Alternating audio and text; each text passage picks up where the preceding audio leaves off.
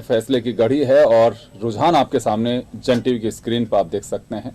हम लगातार आप तक वो विजुअल्स और अपडेट्स पहुंचाने की पूरी कोशिश कर रहे हैं। हमारे साथ इस वक्त पैनल में मौजूद हैं भाजपा नेता सुरेश गर्ग साहब और देवेंद्र देव आम आदमी पार्टी से, कांग्रेस से पंकज शर्मा जुड़ रहे हैं। सभी का स्वागत है। मैं पहला रिएक्शन आप दोनों से चाहूंगा। सुरेश जी, देखिए, बात अगर दोनों स्टेट की करें तो गुजरात और हिमाचल दोनों जगह गवर्नमेंट आपकी। गुजरात में हम बात जब एक दिन पहले भी कर रहे थे, इत्तेफाक से आप भी उस वक्त हमारे साथ पैनल में थे।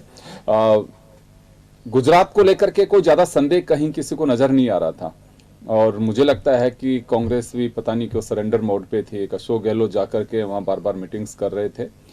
हिमाचल में जरूर बीजेपी को फाइट अच्छी दे रही है कांग्रेस। अभी भी अगर हम बात करें तो कांग्रेस आगे एक सीट से, लेकिन अभी कहना जल्दबाजी होगा कि क्या कुछ रहेगी स्थितियां। और राजस्थान की अगर बात कर लेते हैं तो राजस्थान में कांग्रेस आगे चल रही है।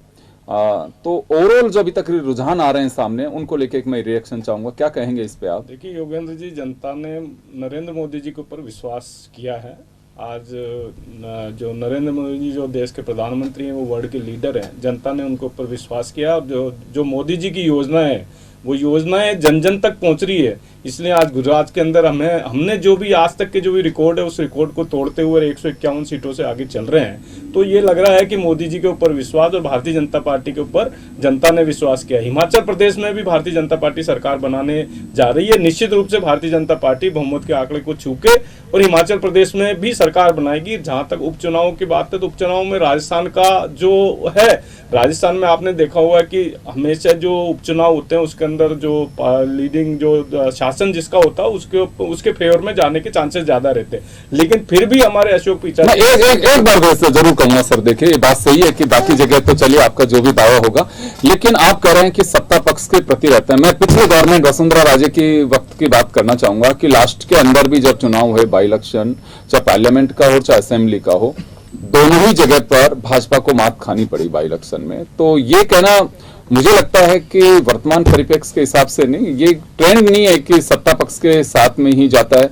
बिगिनिंग में जब ये गवर्नमेंट वसुंधरा जी के 18 में बनी थी तो 19 के अंदर बाई इलेक्शन हुआ था, जो पार्लियामेंट में आपके साथी चले गए थे उनकी वजह से, तब भी कांग्रेस ने बाजी मारी।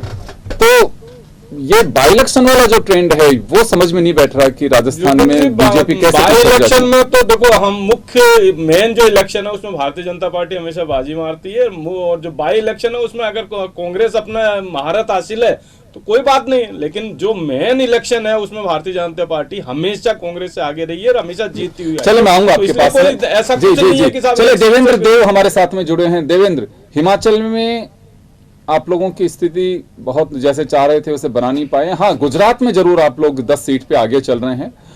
कांग्रेस नंबर 2 और तीसरे नंबर पे आप चल रहे हैं। तो रिजल्ट संतोषजनक मान के चलते हैं या फिर और बेहतर की अपेक्षा थी, या फिर आप भी सुरेश जी की तरह भी वेट करेंगे? देखिए, मैं तो हमारी पार्टी के लिए आज बहुत बड़ा दिन है और हम गुजरात की जनता के आभारी हैं जिन्होंने हम पे इतना ज़्यादा विश्वास जताया। करीब सुबह जब ये नतीजे जब आने शुरू हुए तो आम आदमी पार्टी का वोट बैंक करीब 8% था और कांग्रेस 30% पे थी। लेकिन जैसे जैसे चुनाव आगे बढ़ रहा है, जैसे जैसे नतीजे आते जा रहे हैं, हमारा वोट बैंक बढ़कर के 15% के आसपास पहुंच गया। कांग्रेस जो है 26% पे आ गई है। तो गुजरात की जनता ने अरविंद केजरीवाल के जो काम का जो मॉडल था उसको एक्सेप्ट किया है और आज आम आदमी पार्टी के लिए एक बहुत बड़ा दिन है।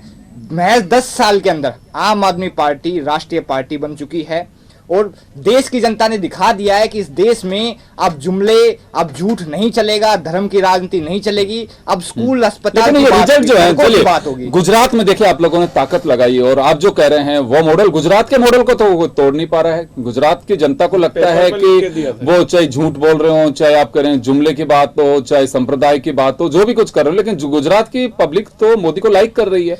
देखिए, गुजरात को लेकर के एक मैं जरूर आपको क्लियर कर देना चाहूंगा कि वो टोटली इलेक्शन नरेंद्र मोदी के नाम पे लड़ा गया, प्रधानमंत्री के नाम पे चुनाव लड़ा गया। मुख्यमंत्री का कोई चेहरा था नहीं, मुख्यमंत्री महज एक औपचारिकता बरते कि हाँ राज्य के मुख्यमंत्री हैं। अब बीजेपी ने साफ कहा कि हमारे पास में नेता है, तब उसे भुनाने की कोशिश करेंगे। आपने ठीक कहा कि आप अपने एजेंडे पे लड़े, आम आदमी लेकिन पार्टी- बीजेपी का अभी आप जो दावा खारिज कर रहे हैं कि लोगों ने नकार दिया, तो इसको नकार कैसे मानेंगे हम? देखिए, पहली बार देश के प्रधानमंत्री को 51 किलोमीटर का रोड शो करना पड़ा, सड़कों पे उनको घूमना पड़ा, देश के गृह मंत्री को गली गली में जाकर के पर्चे बांटने पड़े, देश के प्रधानमंत्री को डोर टू डोर करना पड़ा, देश में हमेशा धर्म की राजनीति करने वाली भाजपा के मुखिया जो हमारे देश के वर्तमान प्रधानमंत्री जी भी हैं, उनको स्कूल में जाना पड़ा और स्कूल उन्होंने नकली बनाया। कमाल की बात यह थी कि गुजरात मॉडल चुनाव में पूरा एक्सपोज हो गया है। भाजपा के पास एक स्कूल नहीं था 27 साल के राज के बाद भी जो वो देश की जनता को दिखा सके, इसलिए इन्होंने एक नकली स्कूल बनाया और नकली स्कूल का दौरा करने देश के प्रधानमंत्री जी पहुंचे। तो इस चुनाव ने देश के सामने गुजरात के फर्जी मॉडल को एक्सपोज कर दिया है और गुजरात की जनता ने बता दिया वो बदलाव के लिए तैयार है, परिवर्तन के लिए तैयार है। ये चुनाव आम आदमी पार्टी के लिए बड़ा चुनाव था। हमारी एंट्री गुजरात में हो गई है। पिछले चुनाव में आपने देखा पंजाब में हमारी 20 सीटें थी, लेकिन इस बार हमने वहां एक तरफा सरकार बनाई है। सेम हमने दिल्ली में किया था। पहले चुनाव में हमारी 28 सीटें आई थी, उसके बाद 67 और 62 सीटें आई। गुजरात में भी इस बार हमने एंट्री कर ली है, अगली बार हम सरकार भी बनाएंगे। हमारे लिए आज खुशी का दिन है, आम आदमी पार्टी राष्ट्रीय पार्टी बन गई है। देश भर के कार्यकर्ताओं को इस चीज की बहुत बहुत बधाई, उनकी मेहनत आज रंग लाई है और गुजरात की जनता का बहुत बहुत आभार जो उन्होंने हम पे इतना ज्यादा विश्वास जताया। हम उनकी उम्मीदों पर खरे उतरेंगे। जी तो चलिए, आम आदमी पार्टी को लगता है कि उनका मॉडल गुजरात में चला है। बेशक सीटें कम आ रही हों, लेकिन उनका खाता खुल गया है।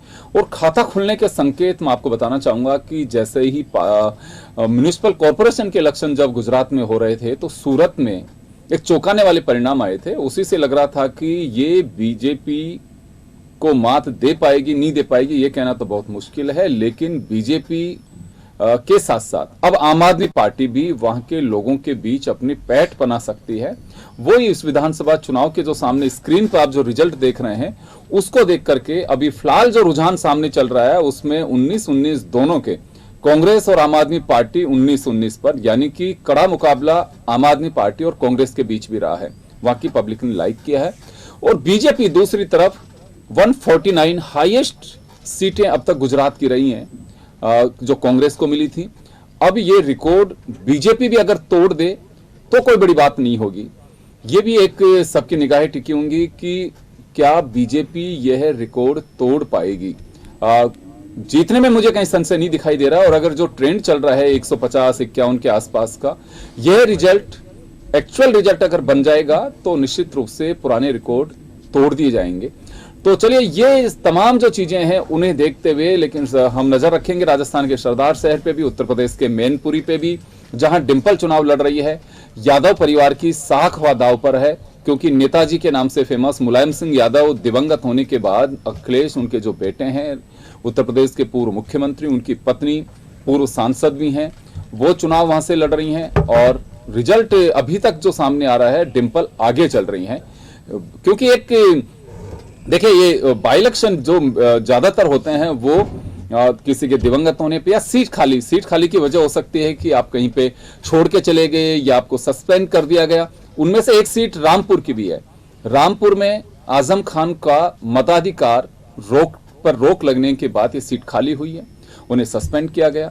उन पे जो आरोप जो थे उनको देखते हुए अब रामपुर में भी क्या वास्तव में आजम खान का करिश्मा अभी भी जारी है, ये देखने वाली बात होगी। डिंपल आगे चल रही हैं राजस्थान के सरदार शहर में, कांग्रेस आगे चल रही है। हिमाचल और गुजरात, वहां के नतीजे आप सामने देख रहे हैं। चलिए, पंकज शर्मा हमारे साथ में जुड़े हैं कांग्रेस से। पंकज, मैं जो ओवरऑल जो रिजल्ट दिखाई दे रहा है उस पर पहला रिएक्शन चाहूंगा। गुजरात में मुझे लगता है कि आपके लिए कोई अच्छे संकेत नहीं है। आम आदमी पार्टी आपको टक्कर दे रही है। आप और कांग्रेस दोनों के बीच अभी जो रुझान सामने दिखाई दे रहा है वो बराबर की सीटों पे जा रहा है। तो मैं ओवरऑल अगर गुजरात के साथ ही अगर एक आपका रिएक्शन चाहूं तो क्या रिएक्शन होगा?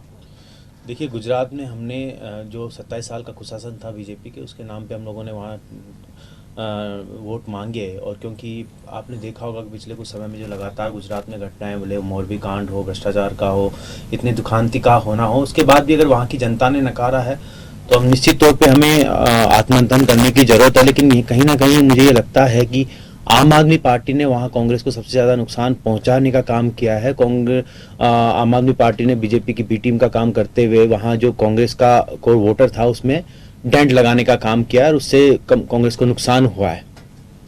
जी सवाई माधो सरदार शहर की अगर हम बात करें, देखिए सरदार शहर में क्योंकि पिछले कुछ सालों में लगातार वहाँ से मोहनलाल शर्मा जी चुनकर आ रहे थे, वहाँ पर उन्होंने कई विकास के काम किए और जो राजस्थान की अभी वर्तमान सरकार है उसकी अपनी जन कल्याणकारी योजनाएं हैं, चिरंजीवी योजना हो, स्वास्थ्य के लिए हो, शिक्षा के लिए हो, ओपीएस बड़ा फैक्टर रहा है।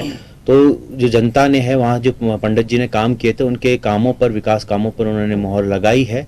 और क्योंकि सबको पता है कि 1 साल का कार्यकाल वहाँ बचा था पंडित जी का, तो निसंदेह तौर पे, निश्चित तौर पे जनता ने वहाँ जो 1 साल का कार्यकाल बचा था उनके पुत्र को वो वोट देकर उनको कार्यकाल कंप्लीट करवाने का काम किया है। ये सेमीफाइनल है जो हम लोग जीत रहे हैं और मुझे लगता है कि इसके बाद जो फाइनल होगा 2023 का चुनाव वो भी हम लोग भारी मत से जीतेंगे। जी देवेंद्र, आप मुझे लग रहा है कि बी टीम पर कोई रिएक्शन देना चाह रहे हैं। जी देखिए, कांग्रेस जो है इनका हमेशा यही रहा है कि इनको सिर्फ आरोप और दुख जताते हैं हमेशा, लेकिन इनकी जो जनता के सामने इनकी गैर मौजूदगी है उसका परिणाम है कि गुजरात में आज ये लोग तीसरे नंबर पर जाने को तैयार हैं। कांग्रेस के पूरे चुनाव में 27 साल से कांग्रेस वहां विपक्ष के तौर पे मौजूद थी, लेकिन जब भी कोई बड़ा घटनाक्रम हुआ कांग्रेस गायब रही। कांग्रेस के जनता ने बार बार कांग्रेस के नेता पर विश्वास किया, उनको चुन करके विधानसभा भेजा, उन्होंने वहां जाकर के जनता के विश्वास की बोली लगा दी, वो बिक गए। गोवा में हमने देखा, महाराष्ट्र में हमने देखा, पिछले दिनों से हम राजस्थान में लगातार देख रहे हैं कि 2 महीने तो कांग्रेस की सरकार होटलों में बैठ करके सरकार चलाती रही, जनता सड़कों पर परेशान होती रही। तो अब तक क्या है, जनता के पास विकल्प नहीं था। विकल्प के अभाव में जनता की मजबूरी थी एक बार कांग्रेस को और एक बार भाजपा को चुनना, लेकिन अब जनता के पास विकल्प है और एक मजबूत विकल्प है जो सड़कों पर जनता की आवाज लड़ेगा, विधानसभा में जनता की आवाज बुलंद करेगा। और अब जनता आम आदमी पार्टी के साथ जा रही है, तो ना तो हम कांग्रेस की बी टीम है ना हम भाजपा की बी टीम है। दिल्ली में कल एमसीडी के परिणाम आए, हमने वहां भाजपा को सत्ता से बाहर किया, वहां भी भाजपा कई सालों से सत्ता में बैठी थी, कांग्रेस नहीं कर पाई, हमने भाजपा को हराया। तो क्या कांग्रेस का मकसद क्या था, क्यों कांग्रेस ने वहां पे चुनाव लड़े? तो जीरो थे विधानसभा में, क्या ये हमारा वोट काटने के लिए दिल्ली एमसीडी में आए थे? तो ये बात का जवाब तो कांग्रेस को भी देना चाहिए कि बी टीम या दिल्ली में जो है कांग्रेस भाजपा की बी टीम बन चुकी है अब। चलो, लेकिन रोचक मुकाबला हिमाचल का, वहां भाजपा ने अपने ही बागियों से संपर्क साधना शुरू कर दिया है, क्योंकि लग रहा है बीजेपी को कि इनके बिना अब अपना कुनबा अधूरा